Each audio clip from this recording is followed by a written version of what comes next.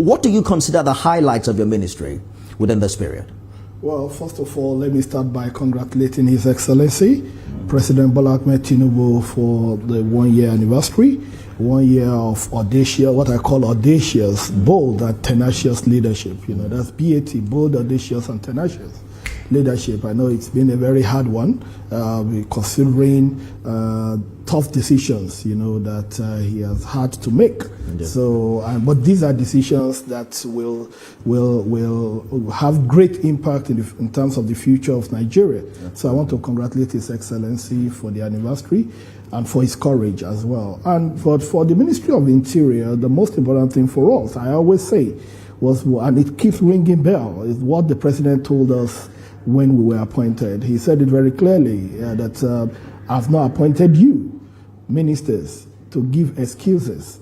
You've been appointed to provide solutions to problems. It's as simple as that. So when we came on board, and we had what we call our stock taking, we looked at agencies under the supervision of the ministry and, of course, the ministry itself.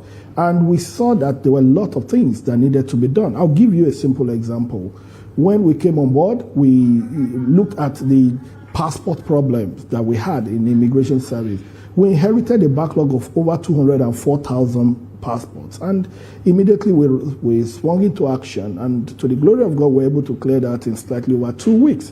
And since then, the slogan, the mantra became... You initially said 2 weeks, but you were not able to deliver. Yeah, I said slightly over 2 weeks, less than 3 weeks. We did about 2.5 weeks, less than 2. That's why I said slightly over 2 weeks. We were able to clear that. And of course, when we were unable to do it in 2 weeks, we came and we apologized to Nigerians, because this government is about giving your word and keeping your word. That's what Mr. President does, So basically, we're able to clear that. And we looked at the whole system and we said it's not just enough. Building it's not just, it wasn't enough clearing it. What was important was making sure it never happened again, because this government is about building strong institutions. It's not just about individuals, it's about the institution.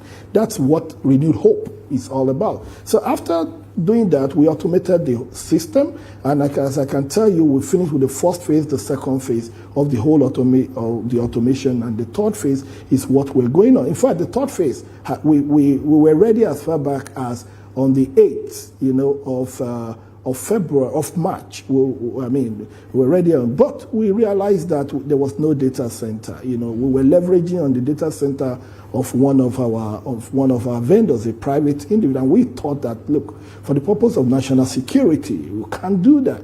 So we swung into action, and I tell you what we have today in the NIS is, it's a tier 4, 1.4 petabyte data center, which is the first time in 61 years of NIS, that because we handle data of Nigerians, and we are responsible for the sanctity, for the integrity of the data that we handle. So we have been able, to the glory of God, to do that. And also, under NIS, we looked at our passage, that it takes about 5-7 minutes to clear a passenger, and our officers were not equipped with the opportunity of pre-profiling as done abroad. And that alone was a threat to our national security, because we can't profile people before they come to Nigeria. So these officers don't have laser. They don't have detectors in their eyes. It was more subjective than objective. And what did we do? We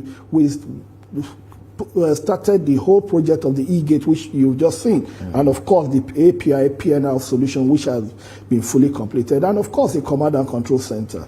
Just 2 weeks ago, ICAO came, the representative came all the way from Canada, and the command and control center was adjudged to be one of the best anywhere in the world. I'm happy, because this is what the president keeps telling us: do not give Nigerians a good solution, give Nigerians the best, because only the best is good enough for Nigeria.